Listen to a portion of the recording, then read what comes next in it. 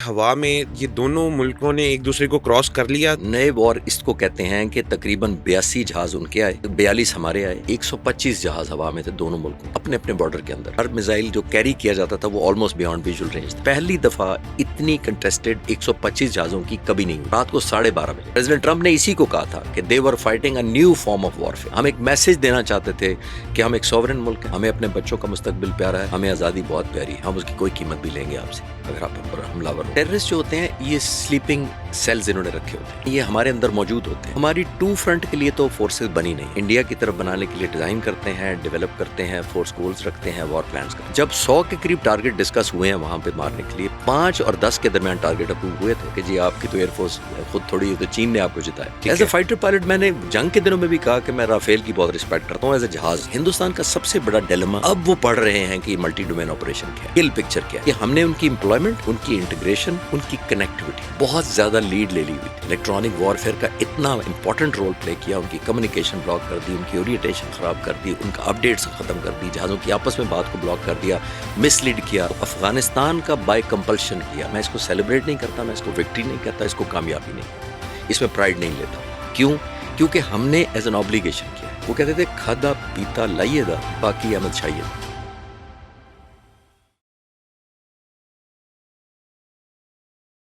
अस्सलामुअलैकुम guys, talk time with Umair Shah में खुशामदीद। मैं हूं आपका होस्ट उमैर शाह और आज के हमारे पॉडकास्ट के गेस्ट हैं हमारे पाकिस्तान एयर फोर्स के एक इंतहाई काबिल एहतराम मैं कर रहा हूं जनाब खालिद चिश्ती साहब की। आपने अपने एयर फोर्स के करियर का आगाज़ एज आ फाइटर पायलट किया और स्क्वाड्रन लीडर रहे। इसके साथ साथ जब आप रिटायर हो रहे थे तो आपकी पोजीशन थी एयर कमांडो की और आपने अपने करियर के दौरान पाकिस्तान के मिलिट्री के कुछ बहुत ही बड़े निशानात हासिल किए, जिनमें से एक सितारा इम्तियाज़ रहा और एक रहा सितारा बसालत। तो बिला तखीर चलते हैं हमारे गेस्ट की जानिब। अस्सलाम वालेकुम खालिद साहब, कैसे हैं आप? बहुत शुक्रिया मेहर, आपने इनवाइट किया है और काफ़ी अर्सा इंतज़ार भी किया है। जी, thank you so much sir. अच्छा सर, सबसे पहले तो मुझे ये बताइएगा कि हमारी एयर फोर्स के अंदर, पीएएफ के अंदर, आप क्या समझते हैं कि क्या अपग्रेडेशंस होने वाली हैं? करंटली जो हमारे पास एसेट्स मौजूद हैं उनके अंदर क्या एडिशन होगी तो हमारी जो पीएफ है वो और मजबूत हो सकती है? देखिए, ये इसमें एक पर्टिकुलर सेगमेंट या एक पर्टिकुलर जहाज़ या एक वेपन सिस्टम डिफाइंड नहीं होता। ठीक है। ये एयरफोर्स सबसे ज़्यादा तीनों सर्विसेज में से टेक्नोलॉजी इंटेंस सर्विस होती है। दैट मीन्स बहुत ज़्यादा इसमें टेक्नोलॉजी इन्वॉल्व होती है। ज़ाहिर है फाइटर जहाज़ होते हैं और एक फाइटर जहाज़ में दर्जनों नहीं शायद सैकड़ों ऑटोमेशन, इलेक्ट्रॉनिक्स और कंप्यूटर्स लगे होते हैं। बिल्कुल। और आप देखें आपके हाथ में पड़ा पड़ा मोबाइल चंद दिनों में, चंद महीनों में, चंद सालों में ऑब्सलीट हो जाता है। बिल्कुल। तो आप लेना पड़ता है आपको दूसरा कि जी ये इसमें ये मसला नहीं आ रहा है या वो सॉफ्टवेयर प्ले नहीं कर रहा। फाइटर जहाज़ों में भी यही होता है। आपका टेक्नोलॉजी इतनी रैपिडली चेंज हो रही है, डेवलपमेंट्स इतनी ज़्यादा आ रही हैं कि ऑन गोइंग है ये प्रोसेस। पिछले 4 सालों में तकरीबन पाक फ़िज़ाइया में बल्कि 3 सालों में 19 नई इंडक्शन हुई थी पाक फ़िज़ाइया में। ठीक है। J-10C उसी में आया था, PL-15 मिसाइल उसी में आया था, JF-17 थंडर ब्लॉक उसी में था, national aerospace science and technology park उसी में था, HQ-9B मिसाइल उसी में था, साइबर कमांड फोर्स उसी में बनी। मैं ये कह रहा हूँ कि ये ख़ास तौर पर मैं ऑन दी ऑनसेट ही पाक फ़िज़ाइया के जो मौजूदा सरबराह हैं चीफ मार्शल ज़हीर अहमद बाबर सिद्धू, उनको ज़रूर क्रेडिट दूंगा कि उन्होंने विजन ली। उन्होंने कहा कि हम नंबर से कभी भी हिंदुस्तान का मुकाबला नहीं कर सकेंगे, हमने सिर्फ करना है एक जज्बा ईमान से, एक टेक्नोलॉजी से और एक बेहतर ट्रेनिंग से। मैं सारे एयरफोर्स चीफ जितने आज तक रहे हैं सबको क्रेडिट दूंगा, starting with air marshal Asghar Khan, air marshal Noor Khan, हर एक ने अपनी अपनी कंट्रीब्यूशन की है। लेकिन अगर आप अब्रेस्ट नहीं रहते टेक्नोलॉजी में, तो जैसे मैंने कहा कि आजकल बात हो रही है बियॉन्ड विजुअल रेंज मिसाइल्स इन हैं, आपको वो ज़्यादा हमने बढ़ाने हैं। ज़ाहिर है हमारे F-16 जो हैं वो हमने तकरीबन 43 साल पहले अमेरिका से लिए थे, दरमियान में बाद में अपग्रेडेड वर्जन भी हमने ली, लेकिन उनके ऊपर जो बियॉन्ड विजुअल रेंज मिसाइल लगे हुए हैं उनकी एक लिमिट है, 70 किलोमीटर उनकी रेंज है। यानी JF-17 थंडर पे जो इस वक्त लगा है PL-15 वो तकरीबन 200 किलोमीटर का है, J-10C पर जो लगा है वो तकरीबन 200 किलोमीटर का है, जबकि F-16 जो कि जहाज़ बहुत लेजेंड है, टेस्टेड है, हमारे पायलट सीजनड है उसके ऊपर, लेकिन मिसाइल की लिमिट की वजह से आपने नोट किया कि वो जंग में मौजूद था लेकिन उस तरह अपॉर्चुनिटी नहीं मिली क्योंकि हमारे पास वो वेपन नहीं था। हमें उसको अपग्रेड करने की ज़रूरत है। तो ये होलसम होता है, नए सिस्टम्स, नए सरफेस टू एयर मिसाइल और हम इंशाल्लाह लेने की प्रोसेस में हैं। तो ये एक होलसम एक पिक्चर होती है जिसके अंदर मैंने कहा ना कि मल्टी डोमेन आपने ऑपरेशन करना होता है, एक सेगमेंट को, एक फाइटर जहाज़ को या एक मिसाइल पे फोकस नहीं करते। खालिद साहब ये बताइएगा कि राफेल की कारकर्दगी के अंदर आप समझते हैं कि कुछ इशू था या पायलट्स की जो है वो जो है मिस ट्रेनिंग थी, क्या रीज़न बनी ये जो 3 राफेल हमने गिराए? या इसके अंदर इस एस्पेक्ट से भी, क्योंकि लेमैन के लिए बड़ा मुश्किल है ये समझना कि हमने किसकी मदद से वो गिराए? क्योंकि एक मिसकंसेप्शन ये भी है कि जी वो चाइना की मदद हुई और J-10 और PL जो है 15 उसकी मदद से। तो ये एक लेमैन की जो है ना समझाने के लिए काइंडली एक्सप्लेन कर दें। छोटी सी करेक्शन है, एक तो 4 राफेल है। जी, जी। एक तो एक और मैं तो मिसाल देता हूँ, और जो ऑडियंस और व्यूअर्स आपके होंगे और मेरे भी जो अल्हम्दुलिल्लाह जो फॉलो करते हैं जी, वो जी। तंग आ गए होंगे मैं मिसालों से। तो आपकी मैं मिसाल, अब मैं आज क्रिकेट की नहीं देता क्योंकि मैं कनाडा में था, उधर एक सरदार सिख थे, इंडियन ओरिजिन के, जी। कैनेडियन थे, उन्होंने मेरे से किया तो वहाँ तो मैंने ये कहा था, मुख्तलिफ बात कही थी उनसे, मैंने कहा, उन्होंने भी यही सवाल किया था कि जी आपकी तो एयरफोर्स खुद थोड़ी, तो चीन ने आपको जिताया। हुँ। तो मैंने फिर उनको कहा था कि कोहली कैसा बैट्समैन है? उन्होंने कहा बहुत अच्छा है। मैंने कहा अगर वो मेरा बैट लेके चला जाए या मेरी कंपनी का लेके चला जाए और सेंचुरी बना ले, तो वो सेंचुरी मेरी है कि कोहली की है? तो कोहली की इसलिए है कि वो कोहली है, बिल्कुल, मियांदाद इसलिए है कि मियांदाद है। बिल्कुल। ठीक हो गया? तो अगर ये सिस्टम आपका एक सिर्फ इक्विपमेंट आपके स्टूडियो में लगा हुआ है, या आपको किसी दोस्त ने दिया हो, और ये आपकी वीडियो आज सुपर हिट हो जाए, ये वाला जो पॉडकास्ट है, तो वो कहेगा कि ये जो इंटरव्यू उमैर और खालिद चिश्ती ने किया है वो तो मेरा बनता है, या उमैर साहब को क्रेडिट जाएगा? तो आपको ही क्रेडिट जाएगा। बिल्कुल ठीक। तो ये इक्विपमेंट से नहीं होता, एम्प्लॉयमेंट होती है। हर एक के पास माइक है, हर एक के पास स्पीकर्स हैं, लाइटें हैं, स्टूडियोज हैं, हर एक के पास होता है। बिल्कुल। एम्प्लॉय कैसे करते हैं, कंटेंट कैसे? अब मैं फोकस करके आता हूँ ज़रा इस बात पर, वो ये कि देखिए फाइटर जहाज अभी भी मैं one of the best leading, मेरा ख्याल है 5 एयरक्राफ्ट में मैं राफेल को गिनता हूँ। ठीक एज ए है। फाइटर पायलट मैंने जंग के दिनों में भी कहा कि मैं राफेल की बहुत रिस्पेक्ट करता हूँ एज ए जहाज। देखिए एम्प्लॉय करना बड़ा मैटर करता है, और इंटीग्रेट करना, यानी आपने इस सिस्टम को इंटीग्रेट किया हुआ है तो हमारी आवाज़ें जा रही हैं बिल्कुल। व्यूअर्स तक। अगर इंटीग्रेशन नहीं होगी तो नहीं जाएगी। ये इंटीग्रेशन होती है। पाक फिजाइया ने क्या किया, नोइंगली कि हम इन्फीरियर हैं न्यूमेरिकली, नोइंगली कि हम मैच नहीं नंबर कर पाएंगे, उन्होंने जितने जहाज लिए, एक स्क्वाड्रन था सिर्फ हमारे पास J-10C का, उनके पास 36 राफेल हैं, हमसे डबल से भी ज़्यादा तादाद थी उनके पास। उनके पास बेहतरीन बाकी जहाज़ हैं, तकरीबन 900,000 के करीब फाइटर जहाज़ है। तो एम्प्लॉय कैसे करना है, यानी कि आपने इंटीग्रेट कैसे करना है। ज़मीन से रेयर डिफेंस सेंसर्स आपके हैं, ट्रैफिक कंट्रोलर्स हैं, सारे वेपन्स इंटीग्रेटेड हैं। ज़मीन पे बैठे सैटेलाइट पिक्चर आ रही है, हवा में फाइटर जहाज़ हैं, उनके पीछे एयरबोर्न अर्ली वार्निंग है, उनके पीछे जैमर्स हैं। तो ये आपने इसको मैं कहता हूँ ऑर्केस्ट्रेट करना जंग को। ठीक है। म्यूजिक ऑर्केस्ट्रा सुना आपने? जी, जी। 100 म्यूजिक पीछे बज रहा हो, आपको पता होता है कि खूबसूरत म्यूजिक बज रहा है, एक बीट आउट हो जाए तो आप लगेगा कि नहीं हुई, कुछ मसला हो बिल्कुल गया। ठीक। ये वही है, हर एक ने अपना अपना रोल प्ले करना है, इंटीग्रेट करना है, अपनी एक जेल होके करना है, तब ये आउटपुट होती है। हिंदुस्तान का सबसे बड़ा डिलेमा अब वो पढ़ रहे हैं कि मल्टी डोमेन ऑपरेशन क्या है, किल पिक्चर क्या है। मैं आपके व्यूअर्स को आसानी के लिए बता देता हूँ। एक फुटबॉल खेलने वाले खिलाड़ी ठीक है। आखिर में एक गोल करता है, ठीक है। लेकिन जिस तरीके से उसको पासिंग होती है, जिस तरह बीटिंग करता है, जो जाके डॉज किया जाता है, बिल्कुल। एंड पे बेशक उसने टच किया और गोल हो जाए, कंट्रीब्यूशन पूरी टीम की होती है। This is called kill picture.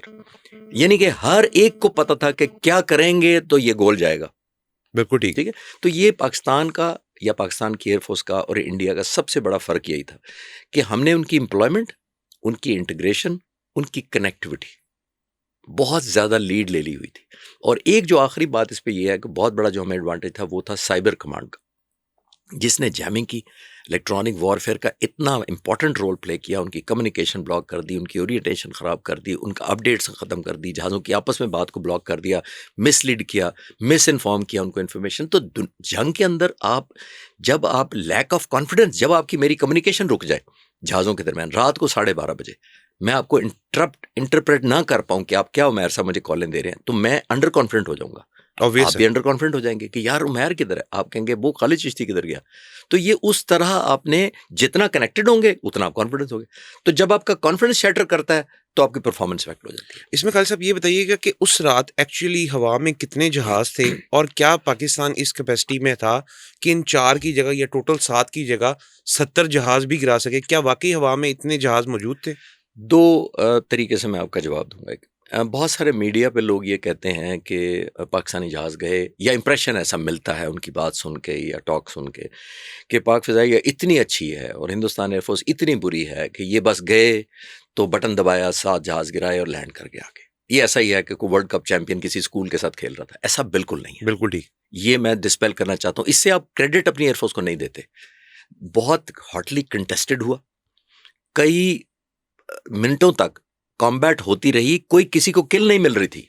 यानी वो हमें शूट करने की कोशिश कर रहे थे, हम उनको करने की कोशिश कर रहे थे। 30 मिनट्स के बाद जाकर ये किल फैली शुरू हुई। और सर ये काइंडली आप बताइएगा कि हवा में ये दोनों मुल्कों ने एक दूसरे को क्रॉस कर लिया था, या ये अपने अपने बॉर्डर्स की जो है वो प्रीमिसेस के अंदर ही चल रहा था सिस्टम? एब्सोल्यूट नहीं क्रॉस किया किसी ने, ठीक है, दोनों ने। ठीक है, क्योंकि अब नई ये वॉर है, नए वॉर इसको कहते हैं कि तकरीबन 82 जहाज उनके आए, ठीक है, तक 42 हमारे आए। ठीक है, BBC CNN ने कहा, सैटेलाइट से बाद में कंफर्म किया, मैंने फॉलो भी किया, कि 125 जहाज हवा में थे दोनों मुल्कों के, अपने अपने बॉर्डर के अंदर। हर मिसाइल जो कैरी किया जाता था वो ऑलमोस्ट बियॉन्ड विजुअल रेंज था। अब आप 125 को 4 या 6 मिसाइल जो लगे थे उससे ज़रब दें तो ये करीब 500-600 मिसाइल बन जाता है।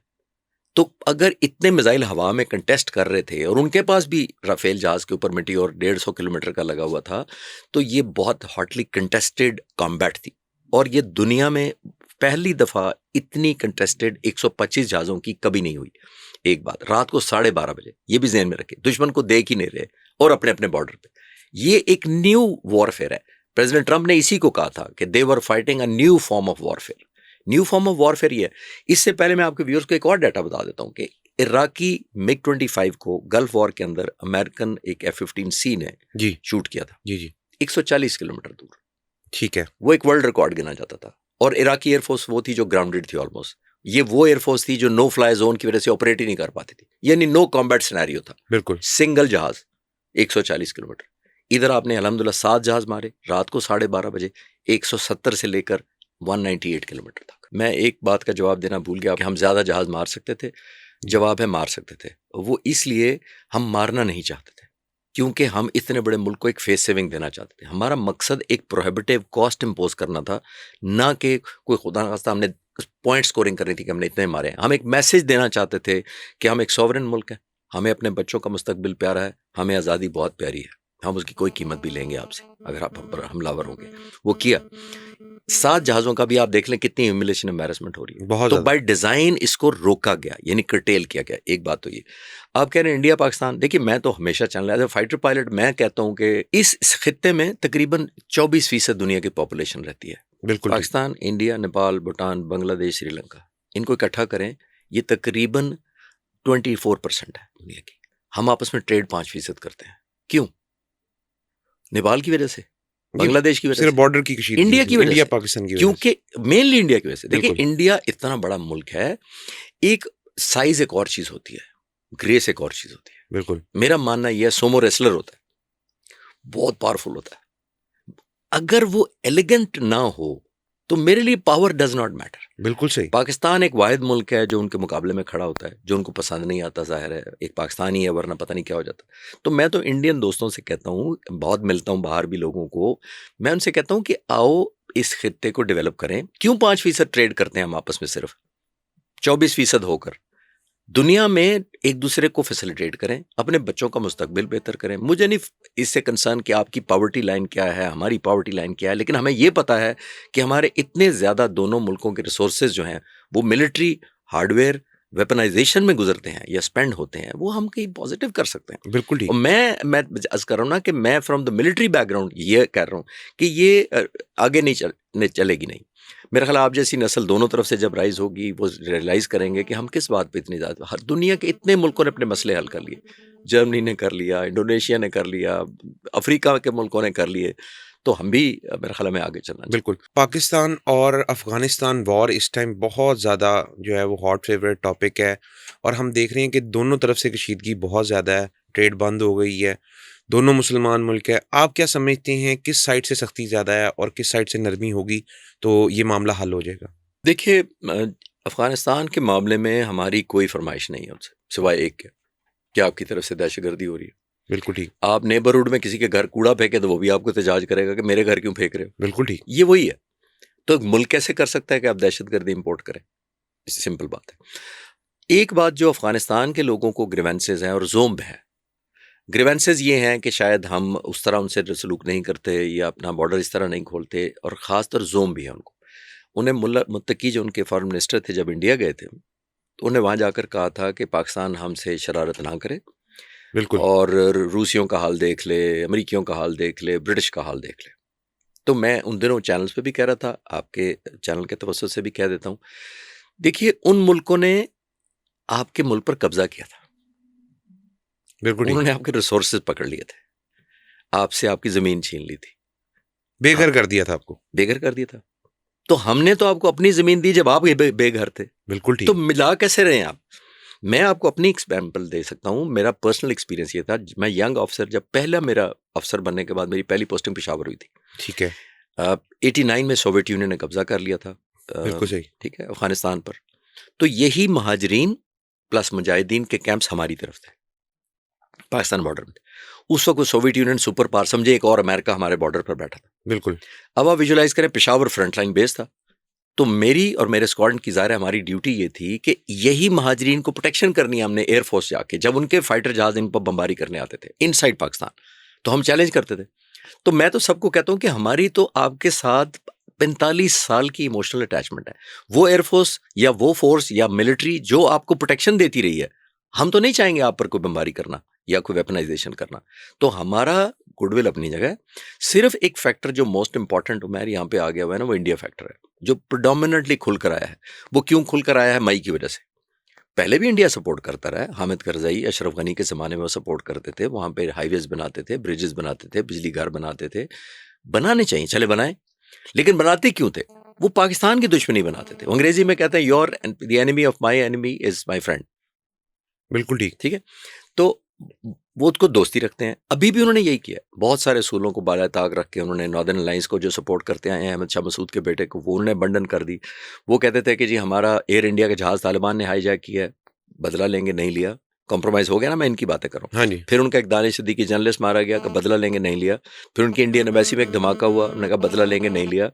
देखिए इंडिया ने कितने कॉम्प्रोमाइज़ किए, सिर्फ पाकिस्तान को कॉर्नर करने के लिए या पाकिस्तान को टू फ्रंट इनसिक्योरिटी पैदा करने के लिए।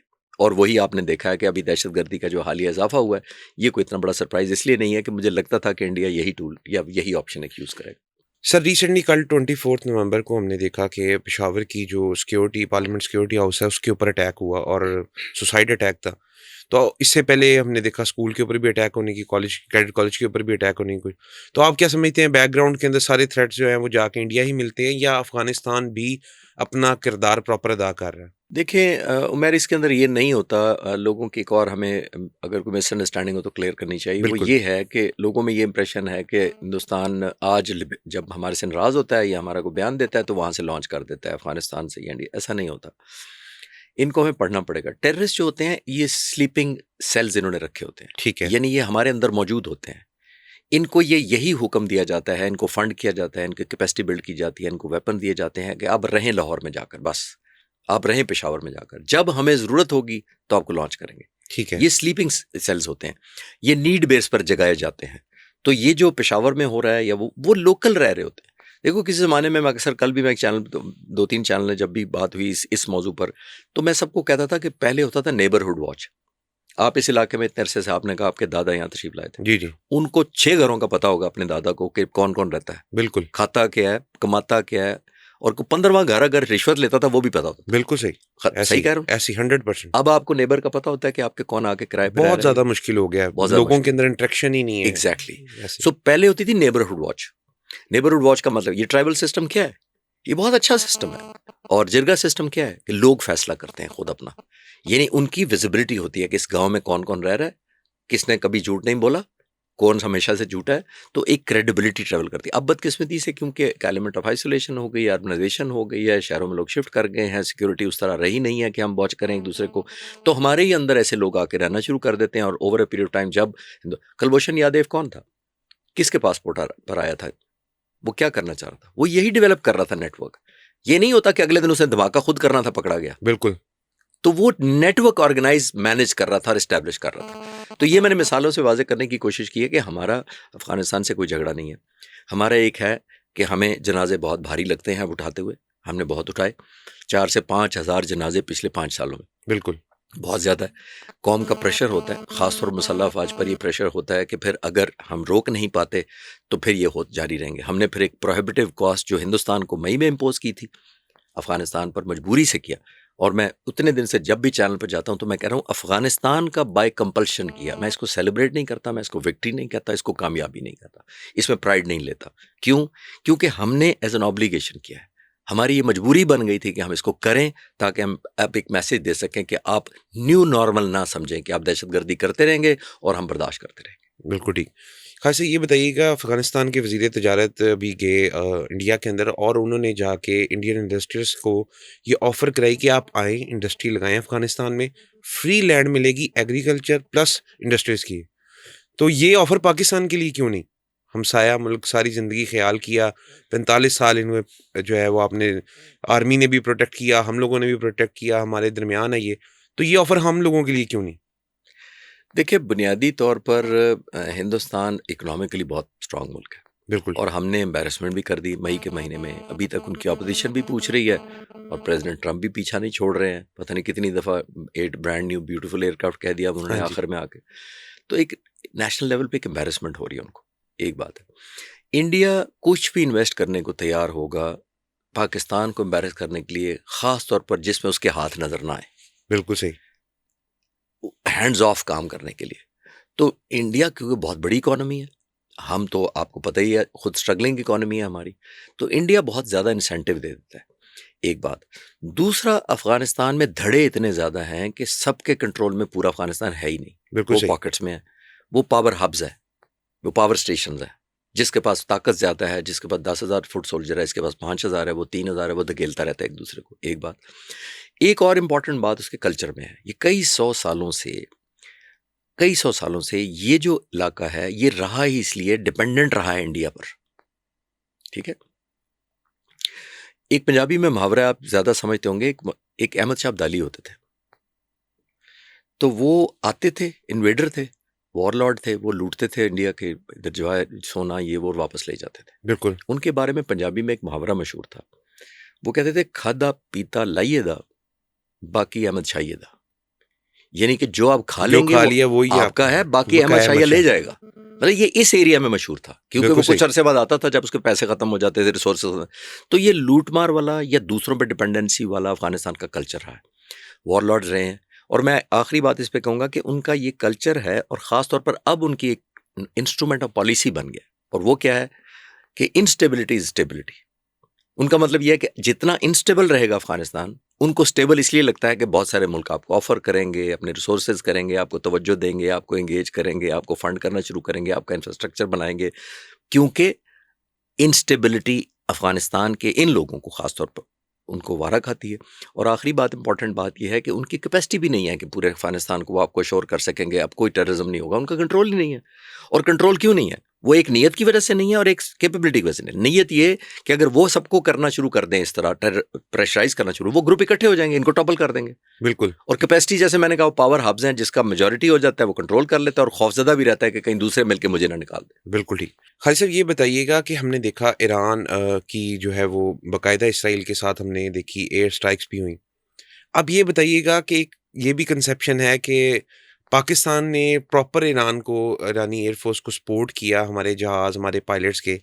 तो क्या ये वाकई सच है और किस हद तक इसमें सच है, अगर ये सच है तो? बड़ा मुख्तसर सा है, कोई हमने सपोर्ट नहीं किया। अच्छा। हाँ, इसमें कोई शक नहीं है।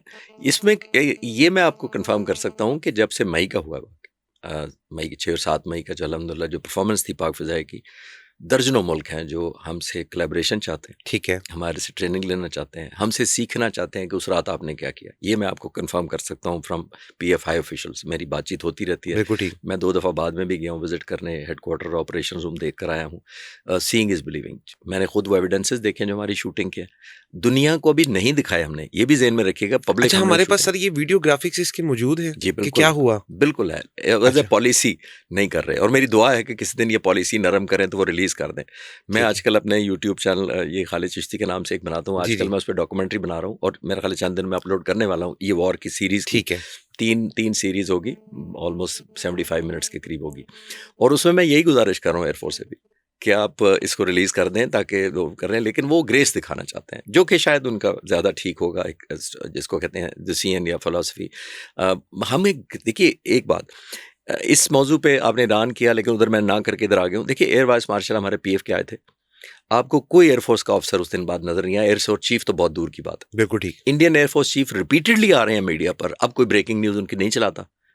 हमारी एक साइलेंस ग्रेस है अल्हम्दुलिल्लाह पीएफ, बिल्कुल, कोई और शक नहीं उनका जो है वो नॉइजी रिटोरिक, मैं उसको कहता हूँ कि उन्होंने शोर शराबा करके एक बयानी अपडेट किया, उधर कोई नहीं मान रहा, इधर पीएफ है ही नहीं। मेरे जैसे लोग आपके उनके बिहाफ पे को करते रहते हैं कोशिश के कनेक्ट करें, और पीएफ क्योंकि पीएफ अपने वापस प्रोफेशनल कामों पर जा चुकी है। पीएफ दोबारा रोजाना मीडिया पर आके नहीं बताना चाहती कि देखें हमारी ये वीडियो देख लें, हमारा ये स्पॉट देख लें, ये बॉम्ब डैमेज असेसमेंट हमने कर लिया। वो 5 महीने 6 महीने गुजरने के बाद आपने देखा एपी सिंह जो एयर चीफ मार्शल इंडिया के हैं, वो अभी भी आके कह रहे हैं 10-12 जहाज मारे हैं। तो मैं तो हंस पड़ता हूँ, क्योंकि एज ए फाइटर पायलट 10-12 क्या, मतलब डक शूटिंग के लिए गए थे आप या फाइटर जहाज मारे हैं आपने, कि आप गिनती भूल गए आप?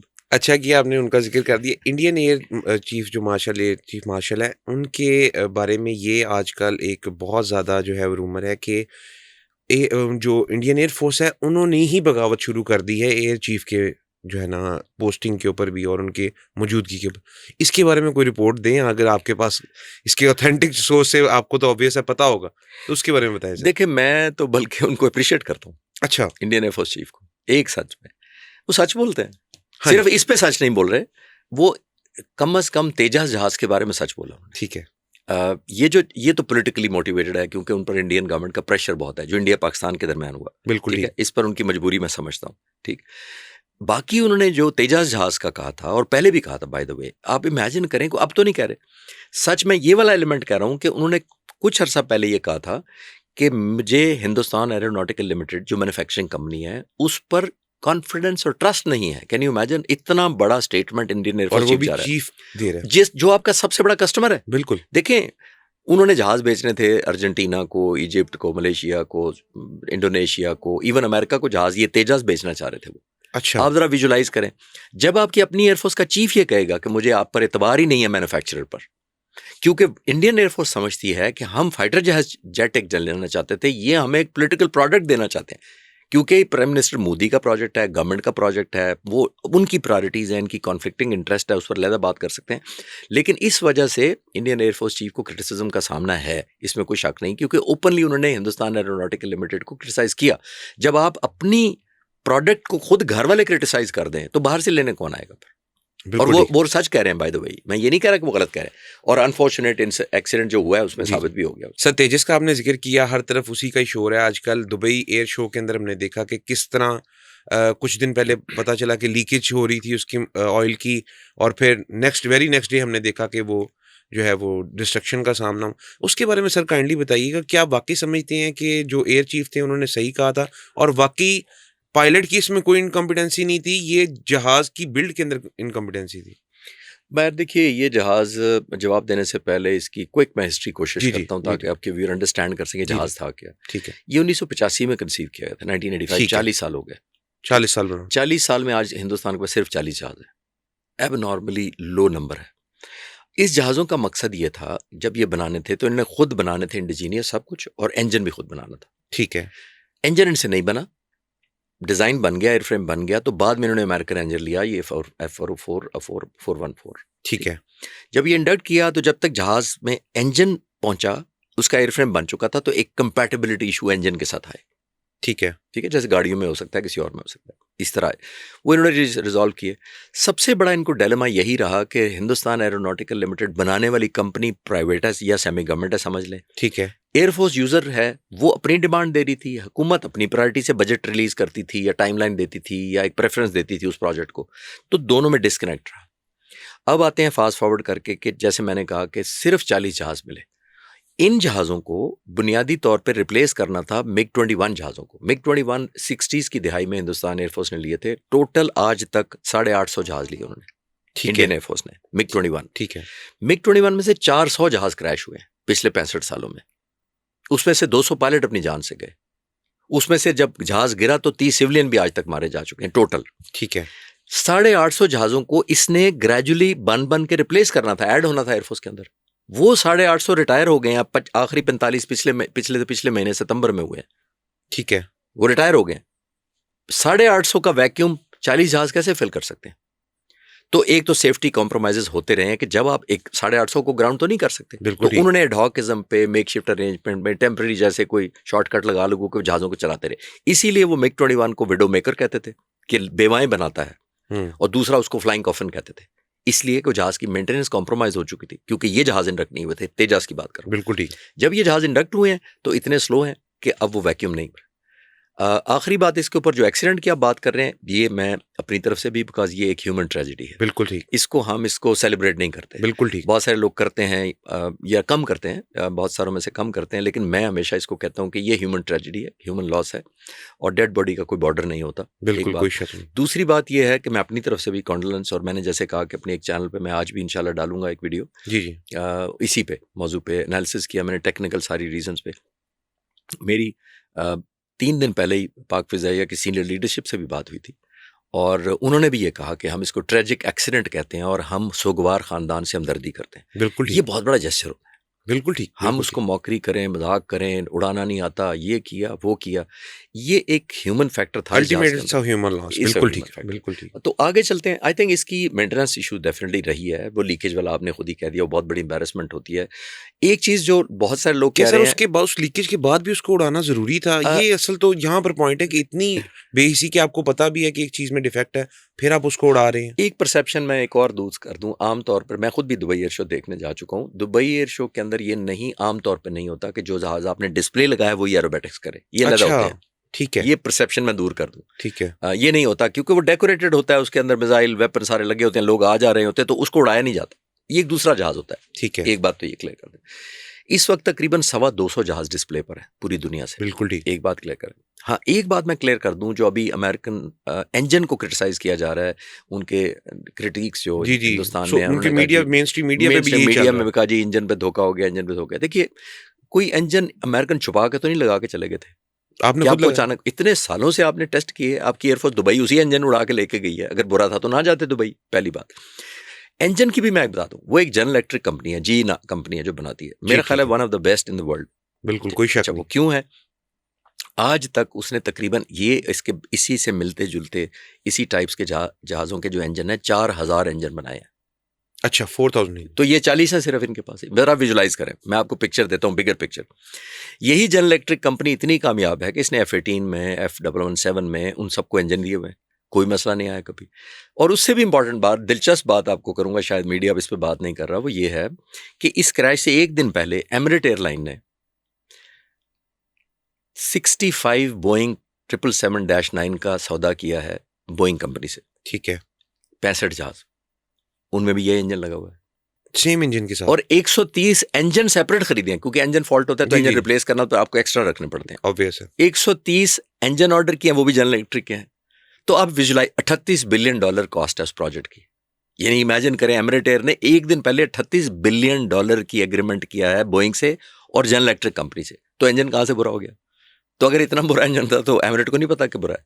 तो मैं सिर्फ एक डिफेंड किया है पॉइंट को कि वो गलत परसेप्शन या मिसलीडिंग लोगों को नहीं होना चाहिए, करेक्ट पिक्चर जानी चाहिए। बिल्कुल ठीक। सर, मोदी के बारे में बताइएगा कि मोदी की मौजूदगी, अभी बिहार से फिर इलेक्शन जीत गए, क्या ये कभी भी दोनों मुल्कों के दरमियान, जो हम पॉजिटिव वे में एक दूसरे को मिलना चाह रहे हैं, तजारत के हवाले से, वैसे कॉम्पिटेंसी के हवाले से, तो ये जब तक मोदी मौजूद है, क्या आप समझते हैं कि ये पॉसिबल है या नहीं? देखिए, मैं प्रेडिक्शन तो मैं नहीं करता, लेकिन एनालाइज मैं ज़रूर कर सकता हूँ। एनालाइज मैं इस तरह कर सकता हूँ कि देखिए, हिंदुस्तान में बड़ी यूनिक एक इलेक्शन फिलॉसफी कह लें। बिल्कुल ठीक है। यूनिक क्यों मैं कह रहा हूँ? देखिए, इतना बड़ा मुल्क है, हमसे 6 गुना कम से कम उसकी ज़्यादा पॉपुलेशन है, इकोनॉमी कई गुना ज़्यादा है, रकबा बहुत ज़्यादा है। फिर भी इंडिया में जब इलेक्शन होंगे तो वो एंटी पाकिस्तान स्लोगन करके वो आपको वोट लेते हैं। पाकिस्तान में इलेक्शन होंगे, हम अपने मसले होंगे, गवर्नेंस के होंगे, करप्शन के होंगे, अकरबरी के होंगे, फलां हो गए, ये हो गए, हम अपने मसलों पे करते हैं। स्पीच के ऊपर कभी भी आपको वोट नहीं मिलेगा। हम इनसिक्योरिटी हिंदुस्तान से पैदा करके कोई हमारा पॉलिटिशियन वोट नहीं लेता। बिल्कुल ठीक। एक बात, हिंदुस्तान में जो एंटी पाकिस्तान ज्यादा बोलता है कि आएगा, खा जाएगा, सबक सिखा देंगे, यूं कर देंगे, टांगे तोड़ देंगे, जो ये बोलेगा उसको ज़्यादा लोग सपोर्ट करते हैं।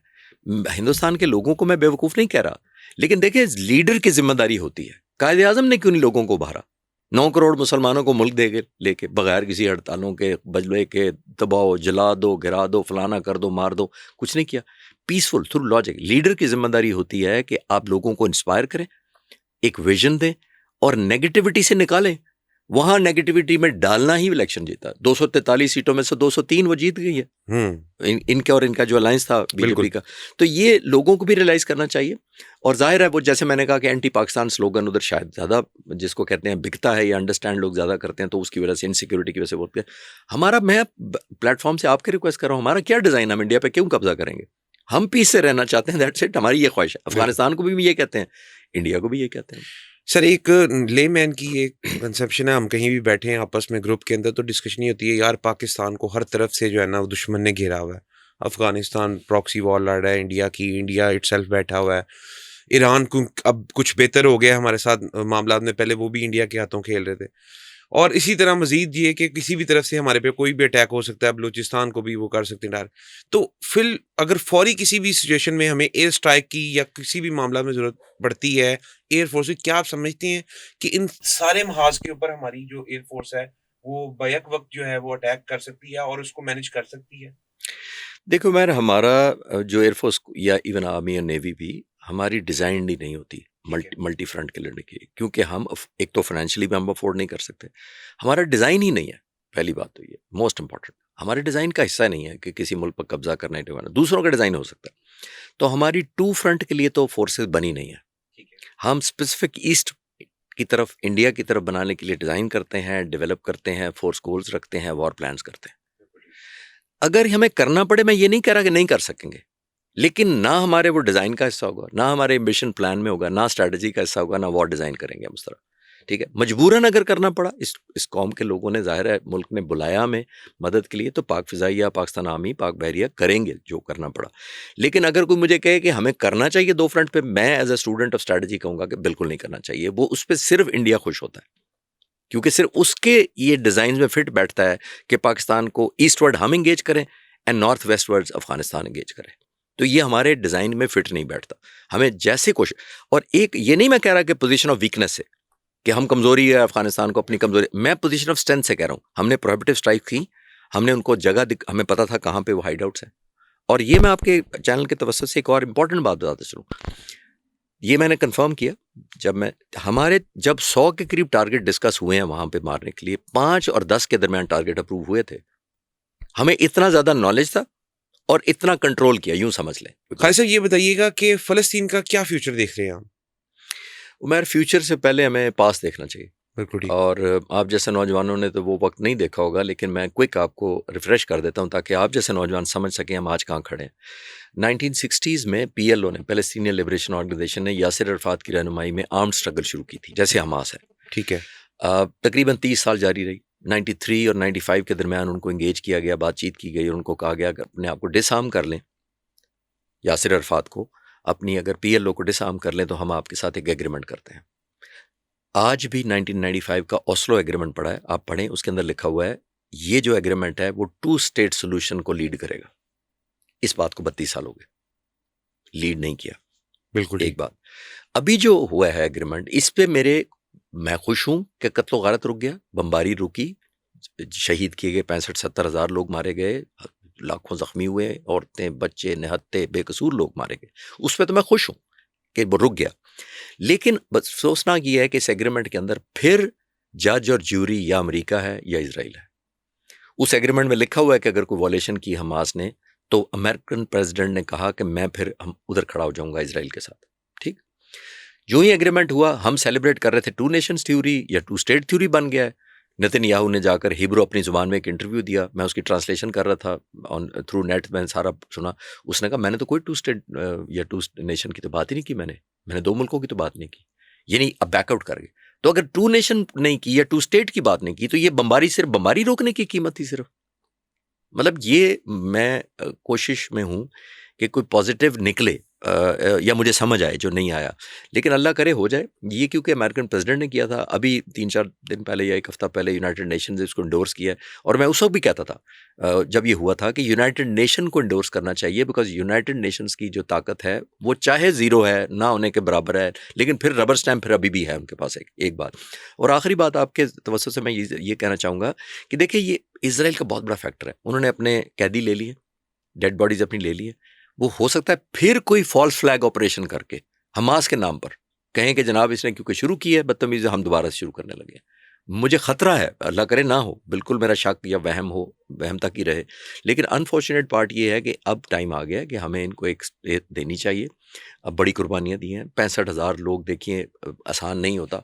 एक एक कई के ख़ानदान पूरे उजड़ गए, बिल्डिंगें तबाह हो गई, कारोबार रह गया, क्वालिटी ऑफ लाइफ को नहीं रह गई, बच्चों का स्कूल ख़त्म हो गया।